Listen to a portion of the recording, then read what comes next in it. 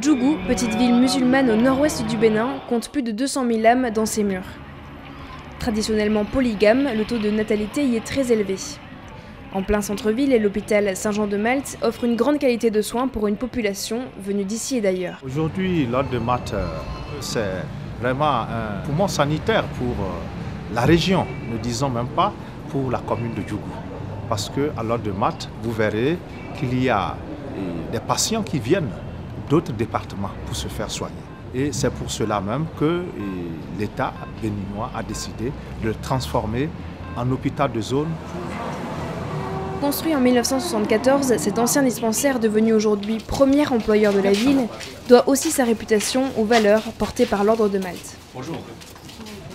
Moi je pense que la charité chrétienne, l'accueil et le soulagement de la souffrance représentent bien l'Ordre de Malte puisque c'est un ordre hospitalier. Un aspect confessionnel loin de gêner le personnel, bien au contraire. Un hôpital confessionnel, la fréquentation est plus importante que par rapport au secteur public. Pourquoi? Parce que l'accueil d'abord, la disponibilité du personnel, il n'y a pas les grèves intempestives dans ces structures. Il y a aussi la disponibilité en médicaments subventionnés, moins cher parce que c'est des hôpitaux à but non lucratif.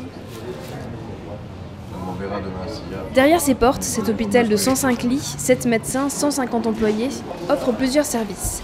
Médecine générale, ophtalmologie, maternité, gynéco-obstétrique, pharmacie. Mais c'est surtout le seul hôpital à compétence chirurgicale dans la zone sanitaire. Il dispose de 2 blocs opératoires dans lesquels se pratiquent entre autres des césariennes. J'aime les politiciens.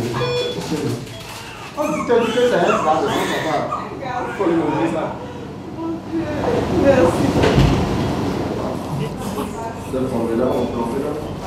Un service est un peu spécifique, il s'agit du Marigot qui est partie prenante au sein de l'hôpital. Ce service est principalement axé sur la malnutrition enfantine et la détection de cette malnutrition au sein même de la ville de Djougou, aussi bien que dans les environs, aux environs de 30 km à peu près dans les villages avoisinants. Donc nous faisons la prévention et la prise en charge en stratégie avancée comme au centre. Les mêmes activités que nous menons. On entretient les mamans, on organise des séances éducatives sur plusieurs thèmes, juste pour améliorer la pratique des mamans. Et nous prenons le poids, la taille et le périmètre brachial de l'enfant. Suivant les normes de l'OMS, on essaye de déterminer l'état nutritionnel de l'enfant. Et dans le cas de malnutrition aiguë sévère entraînant des complications médicales, les enfants sont immédiatement hospitalisés.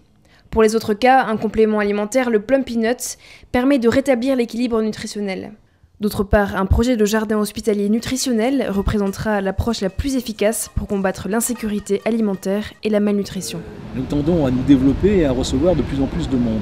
La bonne nouvelle, c'est que juste à côté vient de commencer la construction d'un nouvel hôpital de zone qui devrait normalement nous être dévolu en gestion.